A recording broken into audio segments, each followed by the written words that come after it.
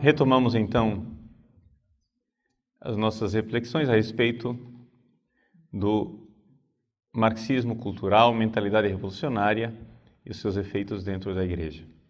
São as raízes filosófico-culturais da realidade que nós vivemos tão intensamente dentro da Igreja Católica com a teologia da libertação. Como nasceu a teologia da libertação, como é que ela se tornou parte do nosso dia a dia, como é que ela é o ar que nós respiramos. É isso que nós estamos tentando investigar. Pois bem, na palestra passada, para retomar a linha do nosso raciocínio, na palestra passada nós vimos que o marxismo clássico, o marxismo de Marx, os marxistas os estudiosos de Marx costumam fazer uma distinção entre o marxismo, o pensamento marxista e o pensamento marxiano. O pensamento marxiano é o pensamento do próprio Karl Marx, pessoa biográfica, não é? E o marxismo já é uma coisa muito maior do que o próprio Marx. Então, o próprio pensamento marxiano, o próprio pensamento de Karl Marx já havia identificado que havia uma problemática cultural na alienação do proletariado, quando ele diz que a religião é o ópio do povo. Mas isso foi analisado de forma mais sistemática por um pensador chamado Antônio Gramsci, que teve que viver a crise teórica do comunismo após a Primeira Guerra Mundial. A crise teórica do comunismo, só para vocês entenderem, gerou duas realidades bem distintas. Uma foi o fascismo, que é filho legítimo do comunismo, ou então filho bastardo, como queira chamar, mas em todos os casos é filho do comunismo. E o marxismo cultural. Como é que aconteceu isso? Vejam.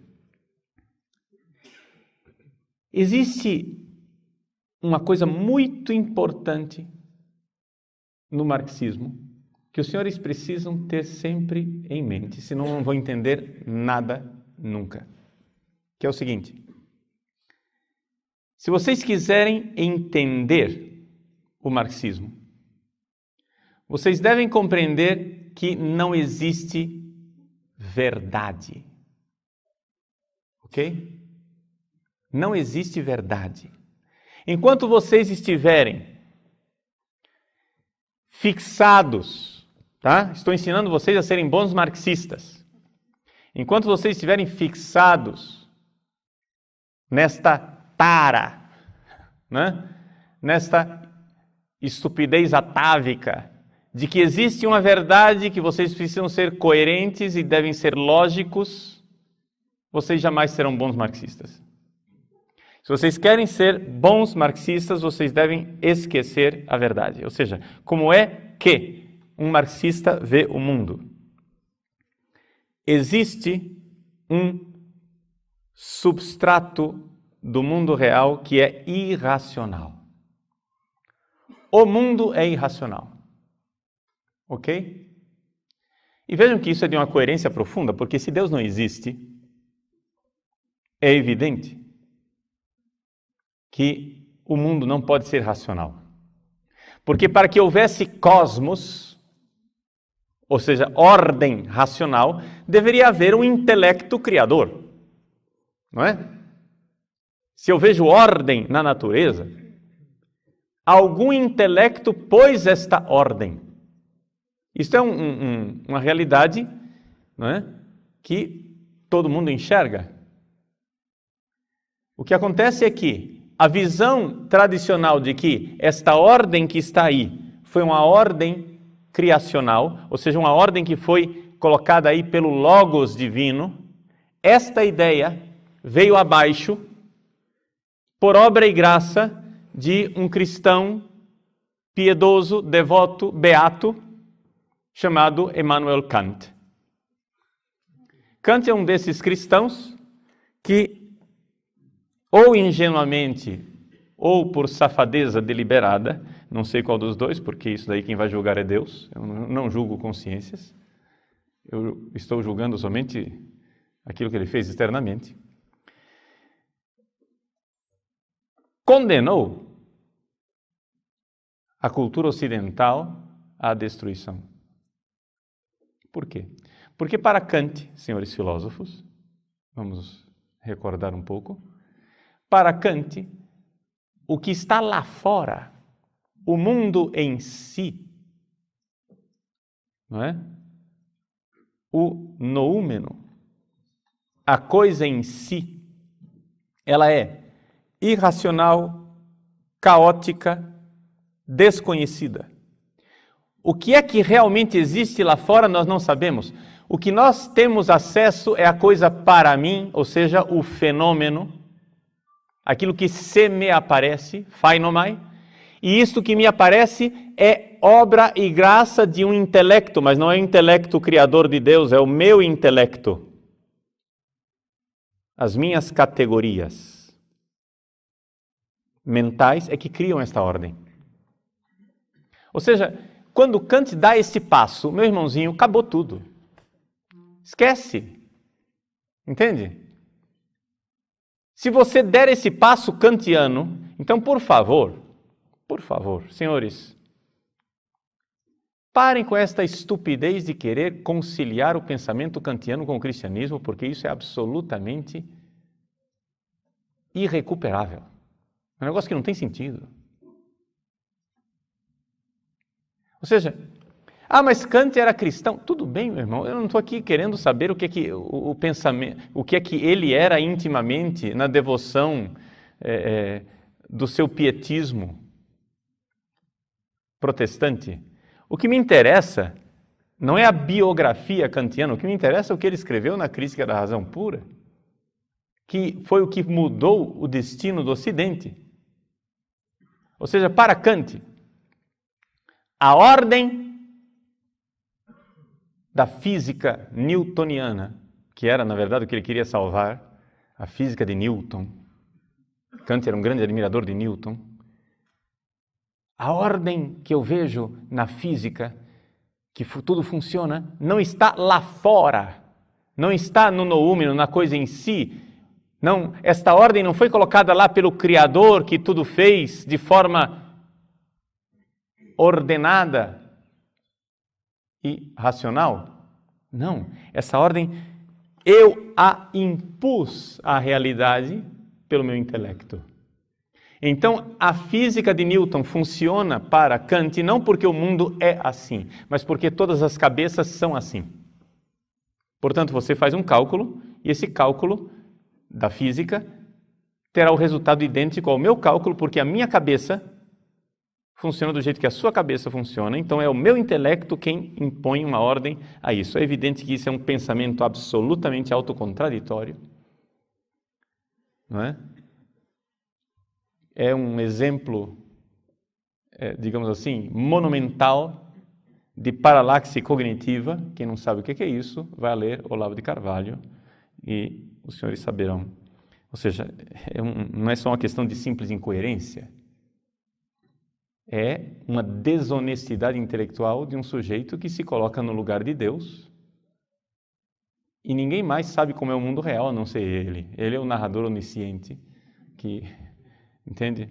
Que sabe como é o mundo real. Mas você não sabe como é o mundo real, você só sabe do fenômeno. Mas Kant, não é?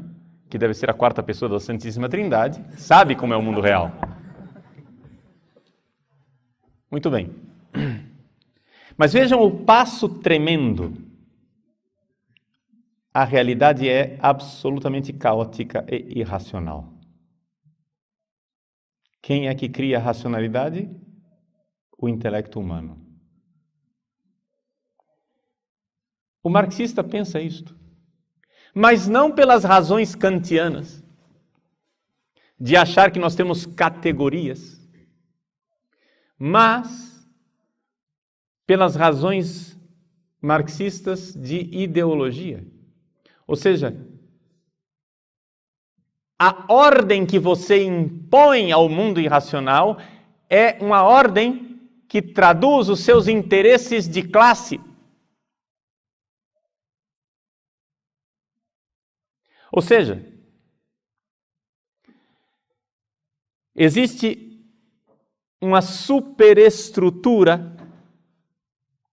A superestrutura para Marx é o quê? É a religião, é a filosofia, é o direito, é a ética. Ou seja, aquelas 3 colunas a respeito das quais falava o Papa Bento XVI são, para Marx, uma superestrutura que justificam o status quo, que justificam a situação opressora na qual a sociedade se encontra. Então, quando eu crio essa cultura, vamos resumir essa história toda com a palavra superestrutura, né? Vamos resumi-la na palavra cultura. Quando eu crio com a minha mente uma cultura, aquela cultura está defendendo os meus interesses de classe.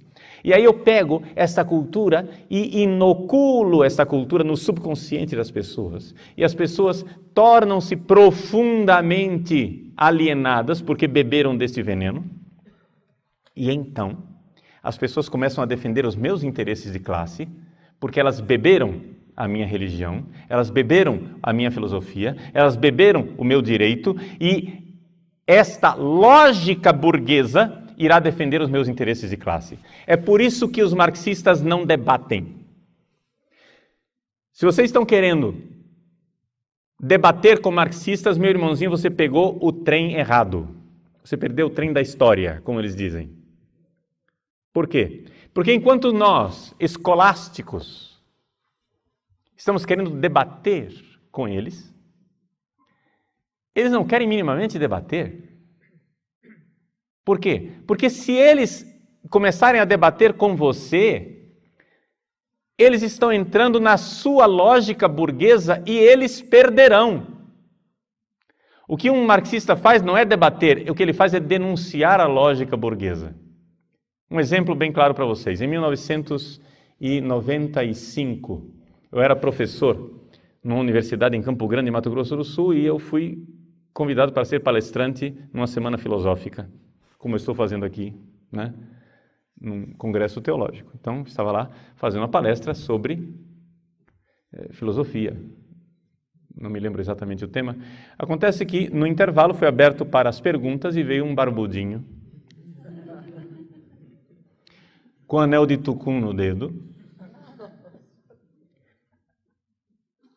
se colocou na fila para fazer perguntas, e na hora que ele veio fazer perguntas, ao invés de dirigir a palavra a mim, ele voltou-se para a plateia e disse: gente,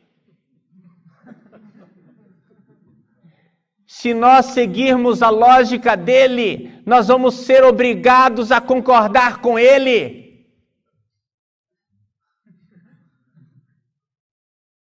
Isso é uma lógica burguesa. É isso que o marxista faz. Ele não vai querer debater com você, meu irmão. Porque se ele entrar num debate com você, ele sabe que já perdeu. Porque se ele entrar no debate, ele assumiu as premissas da sua lógica burguesa. A única coisa que ele vai dizer é denunciar. Já ouviu falar desse negócio? O importante é anunciar e denunciar.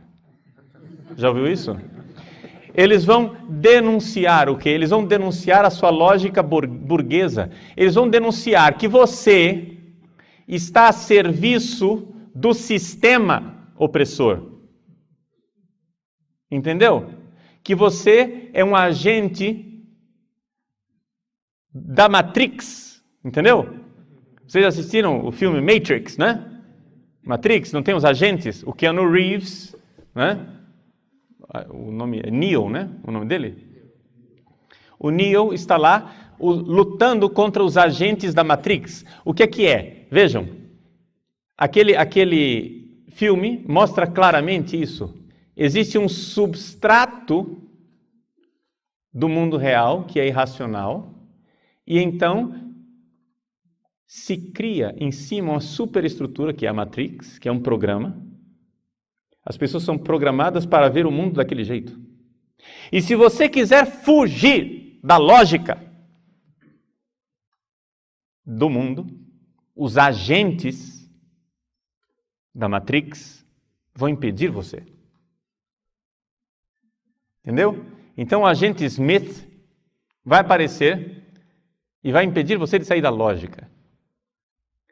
Então o Padre Paulo é o agente Smith. Embora esteja vestido mais de Neo, se colocar um óculos escuro, tem que pôr uma peruca também, né? Porque ele não era careca. Mas, embora esteja com a batina do Keanu Reeves, né? No filme, na verdade eu desempenho o papel de agente Smith. Eu estou aqui para impedir que você saia da lógica burguesa que escraviza, ou seja, estou aqui para impedir que você saia da Matrix. Portanto, todos estes padrezinhos novos que usam batina, querem celebrar a missa que está no missal, querem obedecer a disciplina que está no Código de Direito Canônico e querem pregar a doutrina que está no Catecismo da Igreja Católica, são agentes da Matrix. Ou seja, são agentes do sistema. Vocês serão odiados porque vocês estão escravizando o povo nesta cultura alienante que impede a implantação da sociedade perfeita, justa, sem classes, e, portanto, vocês, mais do que ninguém, serão odiados e combatidos. Vocês precisam aprender por que é que vocês apanham. Entende? Porque a gente acha assim, puxa vida, não foram eles quem disseram que o hábito não faz um monge, por que é que o importante não é o hábito? O importante não é o hábito, o importante não é o hábito. Bom, se importante não é o hábito, me deixa em paz com a minha batina se ela não é importante. É ou não é verdade? Me deixa em paz com a minha batina? Se o hábito não é importante, para que você fica brigando por um pedaço de pano? Porque eu não estou brigando, eu estou usando.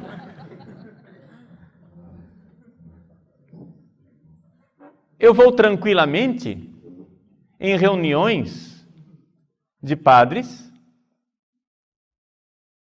onde 60, 70, 80 padres estão vestidos, né, em manga de camisa, traje civil, tranquilo. Eu não me incomodo que os 70 padres sejam vestidos em manga de camisa, mas os 70 se incomodam que eu esteja de clergyman ou de batina. Por quê? Se o hábito não é importante.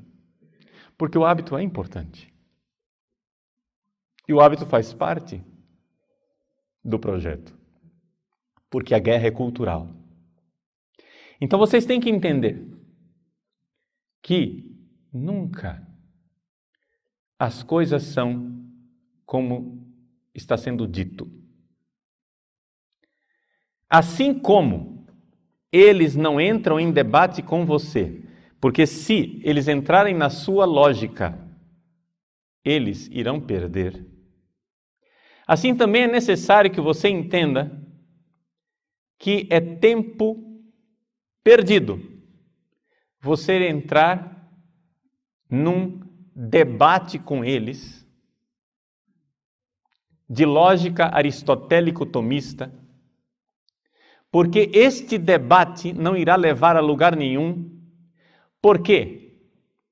Porque o debate, aquilo que Platão chamava de dialética, aqui a palavra dialética não tem nada a ver com aquilo que Hegel chama de dialética, tá? Porque a dialética clássica, filosófica, tem um pressuposto.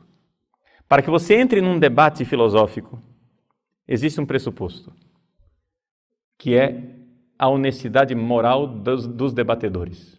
Ou seja, que as pessoas estejam buscando a verdade. Para eles não há verdade.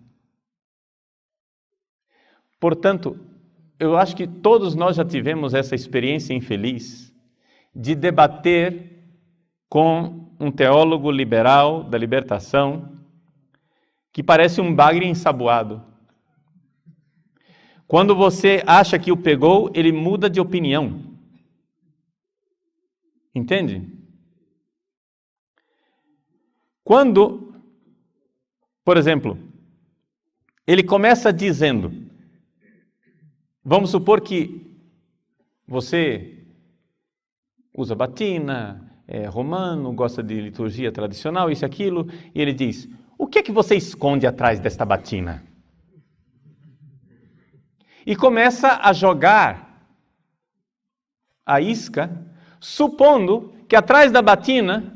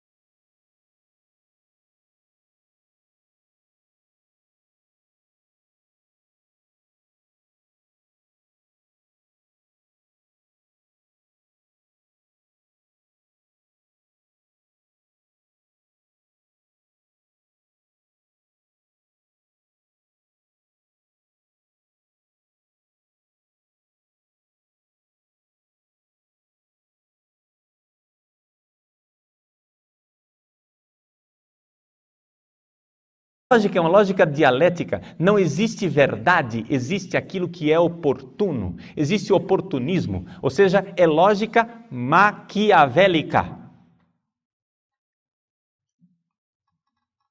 Portanto, não há dificuldade nenhuma do senhor Luiz Inácio da Silva, o Lula, Luiz Inácio Lula da Silva, dizer na mesma semana que ele jamais foi de esquerda. E na mesma semana, ele viajar para Cuba e lá ser condecorado como um dos políticos que mais ajudou a causa revolucionária na história recente da América Latina. Isso aconteceu na mesma semana. Não há problema. Por isso não há problema.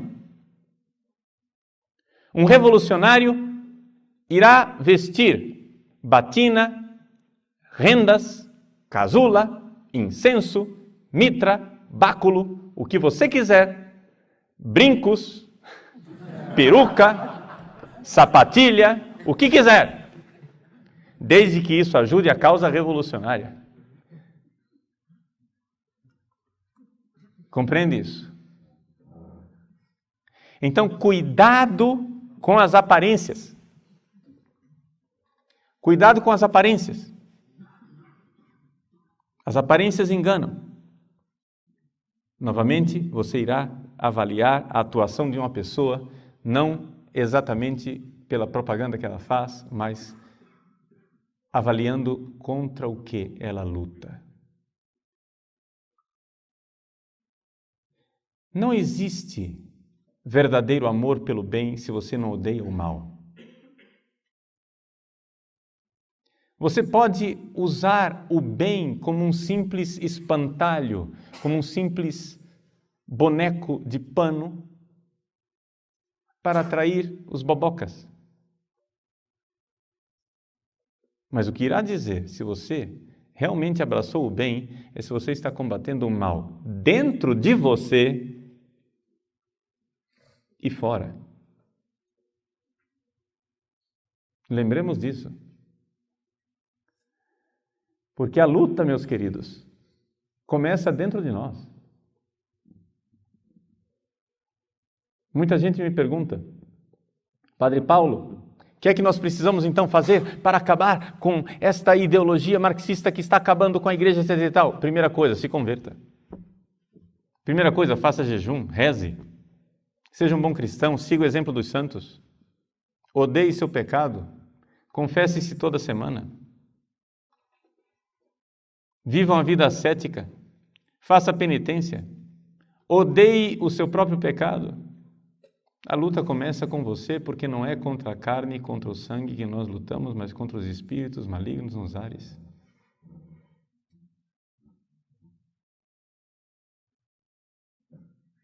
Comece mudando de vida. Porque não adianta nada, meu irmão.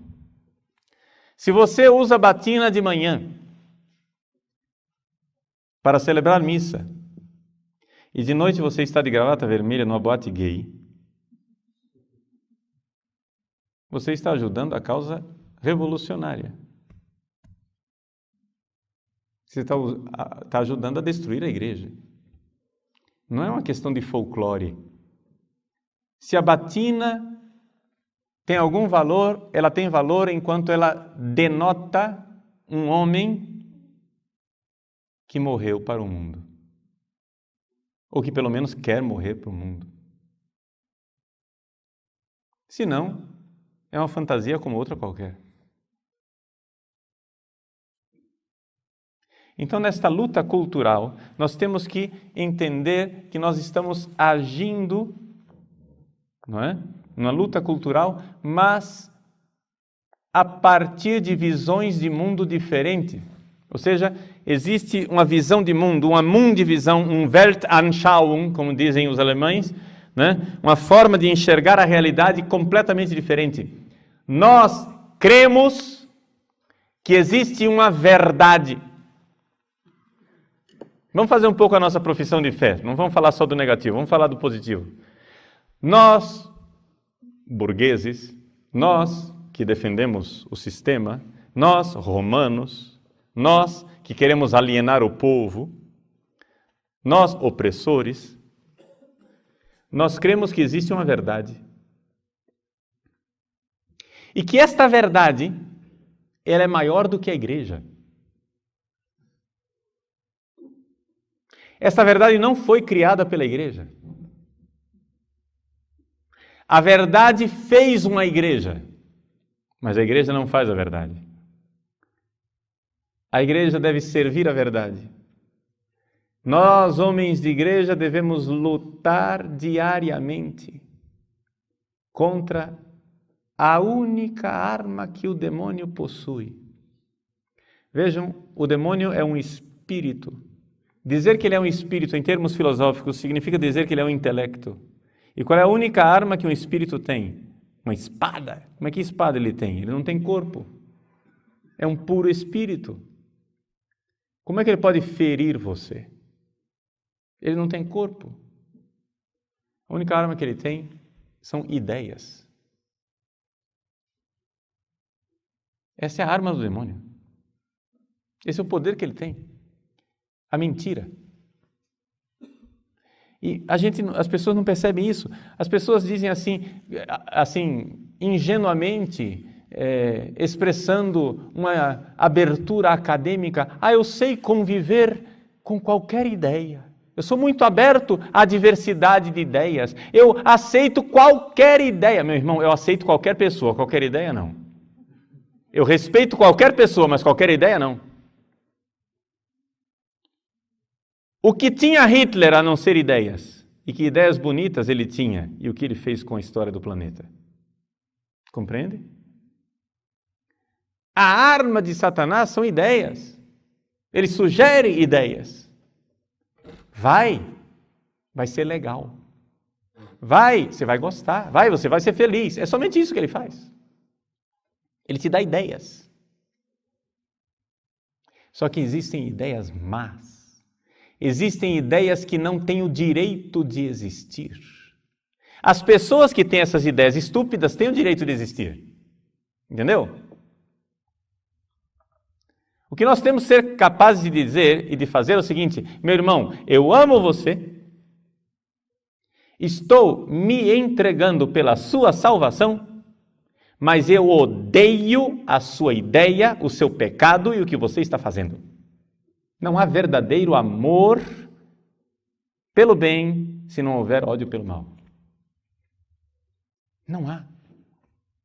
Como é possível uma mãe amar o seu filho, drogado, dependente químico, e amar as drogas? Não é possível. Se ela ama o filho, ela odeia as drogas que destroem o filho. As drogas destroem o seu filho, então ela odeia as drogas. Então, exatamente porque ela ama o seu filho, ela odeia o que o filho está fazendo. Se nós quisermos ter verdadeiro amor pela humanidade, nós precisamos odiar o pecado da humanidade que está levando a humanidade num bloco de carnaval, de forma festosa, alegre e contente para o abismo. Nós somos uma humanidade que em bloco, festosa e alegremente, vai caminhando para o abismo da autodestruição. E o melhor serviço que nós podemos fazer ao homem moderno é dar-lhe uns tapas para acordá-lo do seu sonambulismo suicida.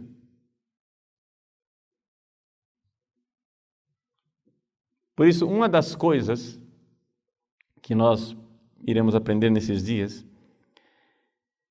é uma das armas fundamentais desta revolução cultural. Uma das coisas que eles fizeram é, com ideias, incutir na cabeça dos cristãos de que o cristão não odeia nada, de que o cristão não luta, que guerra é coisa ruim. Portanto, nós somos pela paz, nós somos pacifistas, nós não queremos lutar nunca, jamais, em hipótese alguma. essa é uma das armas culturais que eles incutiram em nosso coração. E é vencedora. Só que acontece o seguinte, meu irmão, como diz Paulo VI, e Paulo VI disse isso nas Nações Unidas, nós somos pacíficos, mas não somos pacifistas. O cristão não defende a paz, custe o que custar. Ele defende a justiça. Porque existe uma paz assassina.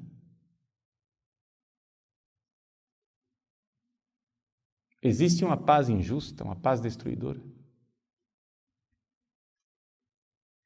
Quando um ladrão entra na sua casa, mata o seu pai, violenta a sua mãe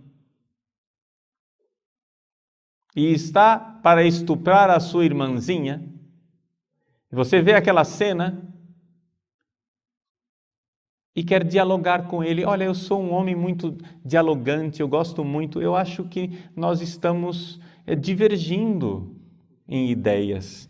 Eu acho que nós temos uma interpretação diferente do Código Penal. Isso que o senhor está fazendo, na minha opinião, é uma infração do Código Penal, porque o que o senhor está fazendo é assassinato, não é?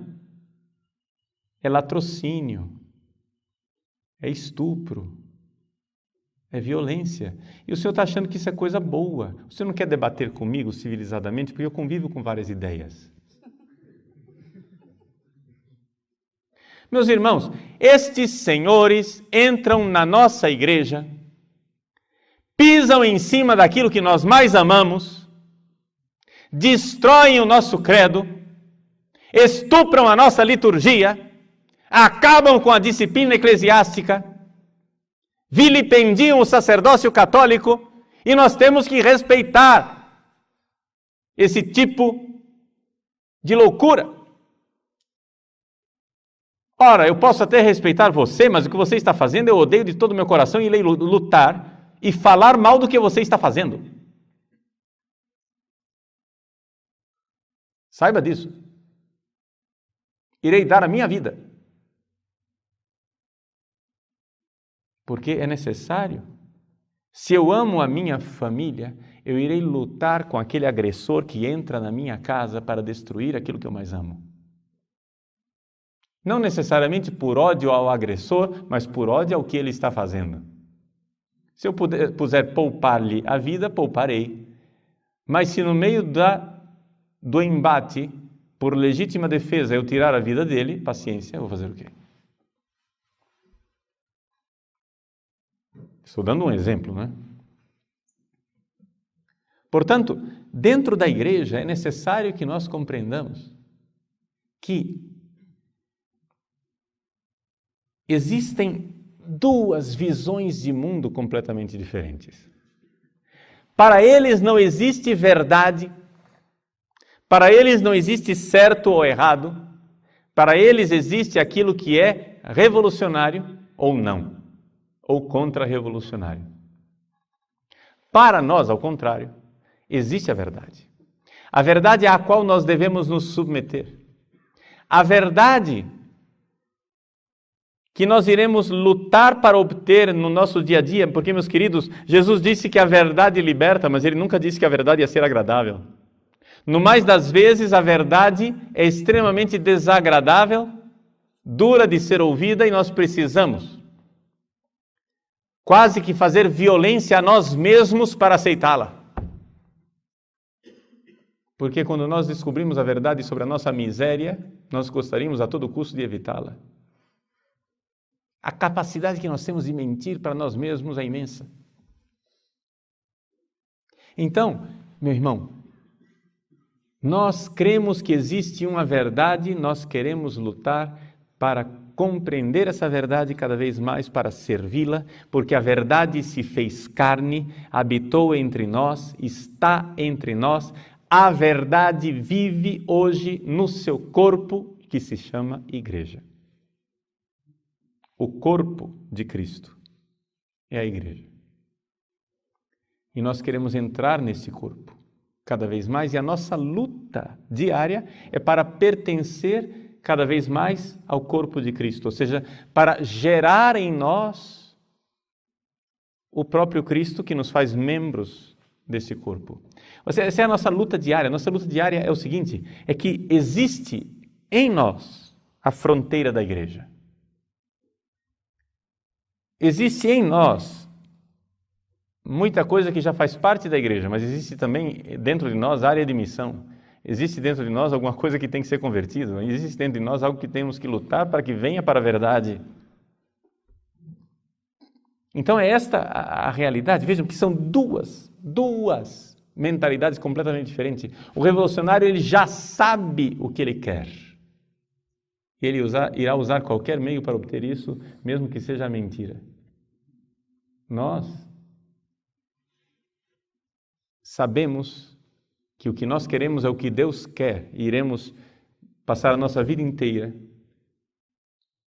estudando, buscando, querendo nos adequar na obediência dessa verdade que sabemos que está em Deus, mas não está necessariamente em nós. São duas atitudes bem diferentes.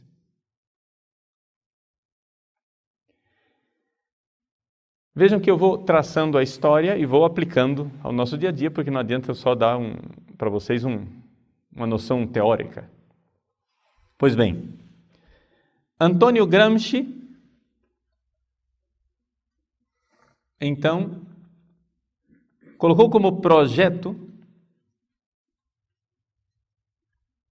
para a implantação do socialismo e do marxismo a destruição lenta, gradual, anônima, invisível e imperceptível da cultura ocidental. É necessário destruir a cultura ocidental.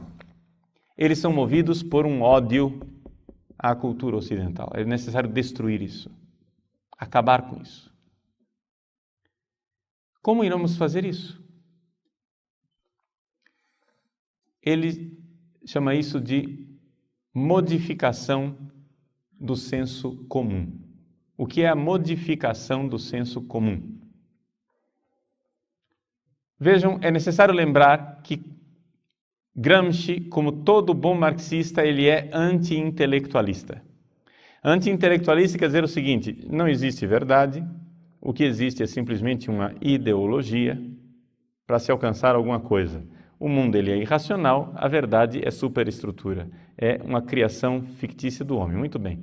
Então, se é assim, nós não precisamos ter uma grande estrutura. Uma grande estrutura. Não, basta que essa estrutura seja convincente. Basta que a ideologia seja convincente. Então, a coisa aqui é lutar para um jogo de marketing. Entenderam? Não existe verdade, o que existe é marketing. Por exemplo, por que eu disse para vocês que o fascismo foi um filho bastardo do comunismo? Porque Mussolini e Hitler, que queriam as mesmas coisas que Lenin e Stalin queriam, ou seja, eles queriam o quê? Queriam uma sociedade que não houvesse mercado livre, queriam uma sociedade onde houvesse justiça, queriam uma sociedade onde houvesse igualdade, eles queriam as mesmas coisas. Queriam um Estado forte que implantasse isso através de uma ditadura totalitária. Eles queriam as mesmas coisas. Mas a diferença é que Mussolini e Hitler achavam que a ideologia de classe, ou seja, essa ideia de que nós temos que lutar para os nossos direitos de classe, não era um chamariz atraente o suficiente, não era marketing fascinante. Eles notaram que durante a Primeira Guerra Mundial, os alemães lutaram contra os franceses e que havia esse sentimento patriótico. Então, vamos usar o patriotismo como bandeira para trazer as pessoas. E criaram o fascismo. Ou seja, qual é a diferença básica entre Stalin e Hitler? O marketing, só isso. Enquanto o marketing de Stalin é o marketing do trabalhador, do proletário, da lógica de classe, do interesse de classe, O marketing de Hitler era a nação, a raça, né? O interesse da nação e da raça, porque ele achava um marketing mais interessante, mas basicamente estavam fazendo as mesmas coisas. Então a mentalidade revolucionária, ela muda, ela metamorfoseia o marketing conforme a época, desde que ela consiga obter o que ela queria obter. Então, quando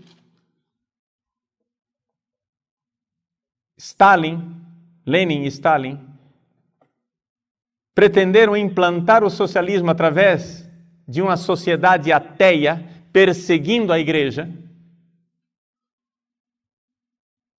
agora os novos marxistas, do marxismo cultural atual, descobriram que é um mau negócio esse marketing de perseguir a igreja.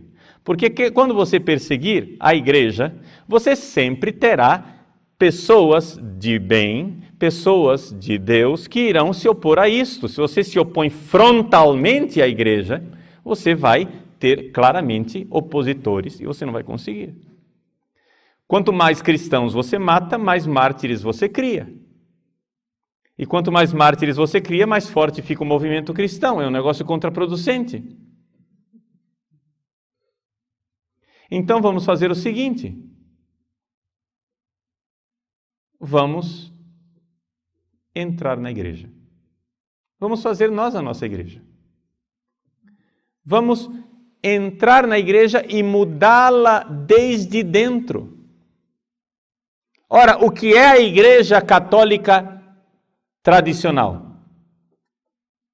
É uma instituição hierárquica com uma economia sacramental. Entendam a palavra economia aqui, os filósofos, por favor, aprendam com os teólogos que a palavra economia não tem nada a ver com dinheiro. Economia quer dizer, nesse caso aqui, não é? Uma série de ações onde Deus age na história para nos salvar, ok? Economia em teologia é tudo aquilo que Deus faz na história para nos salvar, para nos levar para a casa do Pai. Isso é economia. Pois bem, a Igreja Católica é uma instituição hierárquica com uma economia sacramental que tem por finalidade última nos levar para o céu. Isso é a Igreja Católica. Ora, vamos mudar a natureza da Igreja Católica. Transformá-la numa sociedade igualitária, não hierárquica. Onde não haja uma economia sacramental, mas haja uma luta social, cultural, um marketing, para transformar numa engenharia social a sociedade e implantar um paraíso aqui, imanentização da escatologia. Aquilo que é o bem escatológico transcendente que nós esperamos no céu foi trazido pelos marxistas para este mundo. É aqui que interessa. Será aqui nesse mundo o paraíso. E nós precisamos então fazer com que a igreja seja uma sociedade igualitária que implante, por método de engenharia social, um paraíso terrestre, uma terra sem males, o reino. Vejam a metamorfose, vejam a alquimia dessas pessoas. Vejam como eles conseguiram, desde dentro, transformar a igreja. Enquanto antigamente todo marxista abominava a religião, Hoje, pelo movimento do marxismo cultural, eles descobriram que não conseguirão implantar a sua sociedade se eles não conseguirem transformar a religião em uma força socialista. É por isso que, então, quando o Papa João Paulo II, em visita à América Central, encontrou o padre Ernesto Cardenal, que se fez ministro de um governo comunista. Ao descer do avião, o Papa João Paulo II fez uma das cenas históricas mais marcantes da recente historiografia eclesiástica. Ele desceu do avião, padre Ernesto Cardenal, vestido de leigo, de boina, de barba, se ajoelhou para beijar a mão do Papa. O Papa, então, ali mesmo, na frente das câmeras de televisão, lhe dirigiu uma reprimenda com o dedo em riste, fazendo gestos de repreensão para que ficasse bem claro para todas as câmeras e todo mundo que assistisse que aquilo não era uma conversa amigável.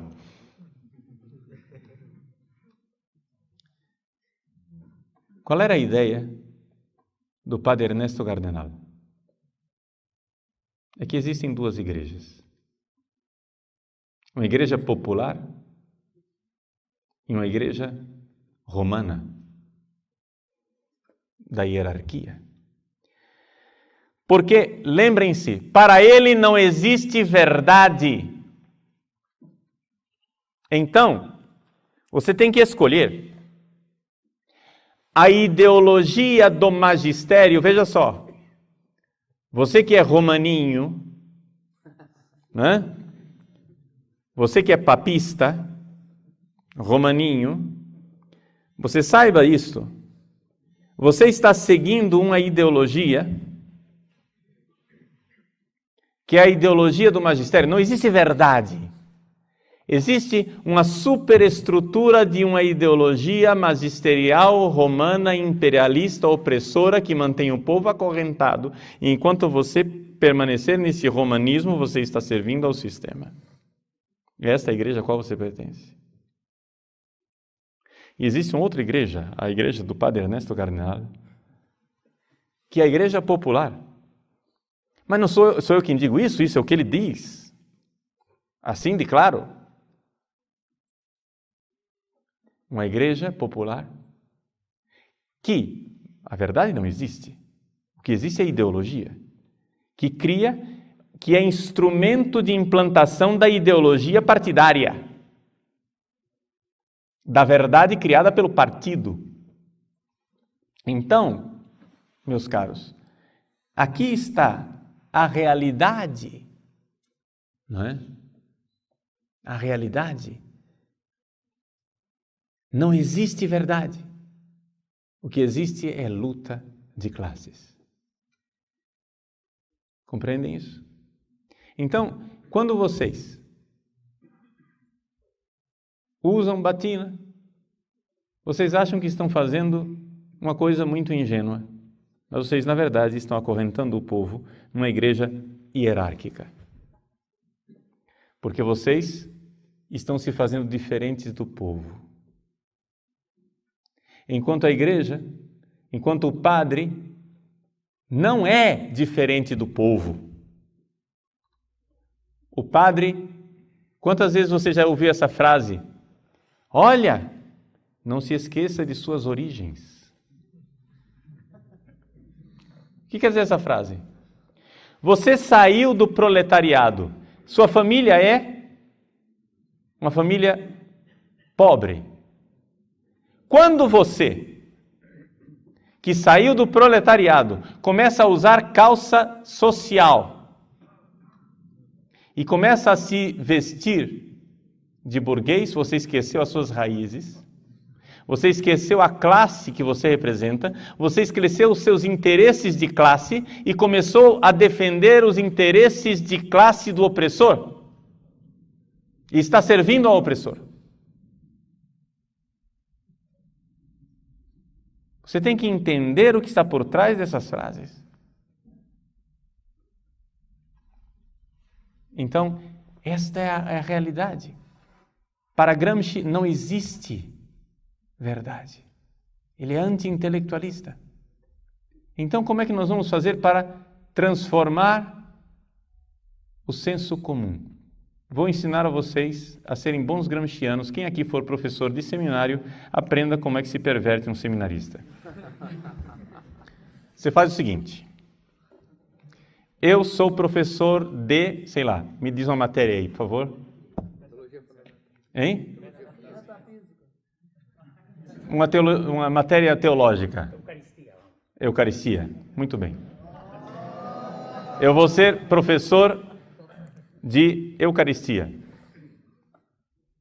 Então, teologia sacramental, tratado a respeito da Eucaristia. Chego em sala de aula, não trago nenhum livro, peço para vocês fecharem os livros, esquecerem o catecismo, porque afinal nós não vamos ser infantis, nós somos pessoas inteligentes. Então pense o que é Eucaristia. E os alunos começam a falar. Depois, outra coisa, essa posição que nós estamos aqui, eu sentado na cátedra e vocês aí, sentados em cadeiras, eu estou falando para vocês, impondo minhas ideias? Não, vamos sentar em círculo, onde nós somos todos iguais. E eu estou aqui somente como facilitador. Eu não vim aqui para ensinar nada a ninguém. E aí nós começamos a falar o que é que você acha da Eucaristia. Quando você diz alguma coisa a respeito da Eucaristia que seja revolucionária, a Eucaristia é a partilha do pão. Eu, como professor, enfatizo aquilo. Vejam, isso é importante o que ele está dizendo. Que observação inteligente! Você é perspicaz, você é muito crítico e você elogia e enche o ego daquele seminarista, ele se enche, né? É o balão, a vaidade. Não existe coisa melhor do que usar a vaidade das pessoas. Depois, um outro romaninho, vestidinho de calça social com a camisa abotoada até aqui, manga comprida, com o tercinho pendurado no bolso, diz: a Eucaristia é o sacrifício de Cristo na cruz. Mas você precisa ser mais crítico, meu filho. Você não pode... Veja a ingenuidade do que você está dizendo. Isso era o professor que não queria ensinar nada, hein? Ele não queria ensinar nada. Você é muito ingênuo. Porque veja, quando é que Jesus instituiu a Eucaristia? Foi na última ceia, era uma refeição. Que bobagem! A Eucaristia é uma refeição onde Jesus ensinou a partilha. Onde a Eucaristia é serviço. Olha o que Jesus fez na Eucaristia. São João, por exemplo, dos 4 evangelistas, São João é o único evangelista que não tem um relato a respeito da instituição da Eucaristia, porque ele colocou o que no lugar? O lava-pés. A Eucaristia é isso, é serviço. É lavar os pés. E então assim você vai, você ri do que é tradicional, escarnece o que é a fé da igreja tradicional, colocando como não crítico, como ingênuo, enaltece aquilo que é revolucionário. Os alunos voltam para casa sem praticamente ter aprendido nada de novo, mas com o senso comum invertido. Ou seja, você reforça o que no senso comum é revolucionário e você escarnece, faz pouco caso daquilo que é a fé da igreja tradicional. E se você fizer isso, você será um bom professor teórico, gramsciano, marxista. Compreendem? Você não precisa ser um grande intelectual. E isto é uma das razões pelas quais o sistema educacional brasileiro está absoluta e totalmente falido, porque as nossas universidades, todas, estão infiltradas de gramscismo. Você vai ensinar português na sala de aula.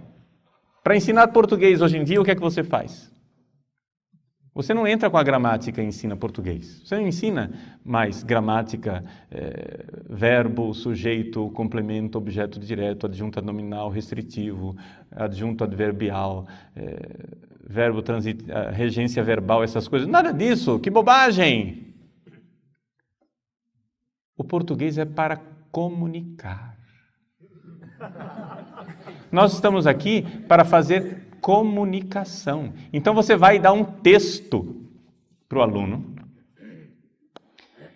de um tema social que você queira debater, e você vai debater política enquanto está sendo pago para ensinar português. Compreende? Porque você tem que ensinar o aluno a se expressar. E se o aluno falar português errado, não tem problema. Nós vai, nós vem, nós volta, nós quer.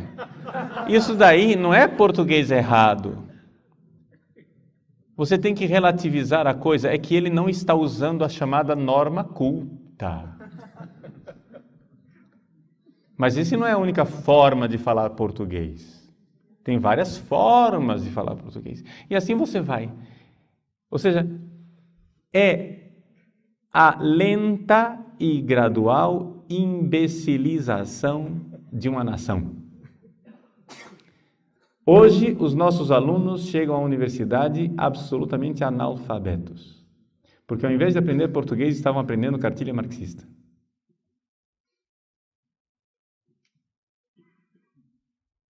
E isso ajuda muito, porque, afinal das contas, se eu quero implantar o socialismo, eu preciso dominar a sociedade, e para dominar, nada melhor que dominar uma classe de idiotas. Então, eles são anti-intelectualistas, não querem absolutamente que você aprenda nada, que você estude nada, e se for para estudar, é para estudar do jeito que eles querem. Isto é o gramscismo, na prática. E quando eu vou descrevendo essas coisas aqui, sem que eu tenha vivido a sua vida, eu estou descrevendo alguns capítulos da sua vida em que você viveu na escola, na universidade e em tantos outros lugares. Não estou dizendo nada de novo, o que eu estou fazendo é colocando notas de rodapé naquilo que você viveu, para que você entenda que mesmo que você nunca tenha ouvido falar de Antônio Gramsci, você é um profundo conhecedor de Gramsci. Um profundo conhecedor prático, porque você foi vítima dele. Você foi vítima dele. E esta é a realidade, esta é a corrente vitoriosa, digamos assim, dentro do mundo atual, principalmente dentro do Brasil. Então, um pouco, eu sei que a forma que eu estou expondo as coisas não é tão acadêmica no sentido de sistemática, etc., mas é que eu gosto muito de colocar os princípios e logo levá-los à prática, porque senão eu dou aqui uma aula teórica que você depois não sabe reconhecer no mundo real aquilo que eu estou dizendo. Então, acho que é muito mais interessante nós colocarmos os fundamentos básicos teóricos, filosóficos, e depois reconhecê-los na realidade. O nosso tempo está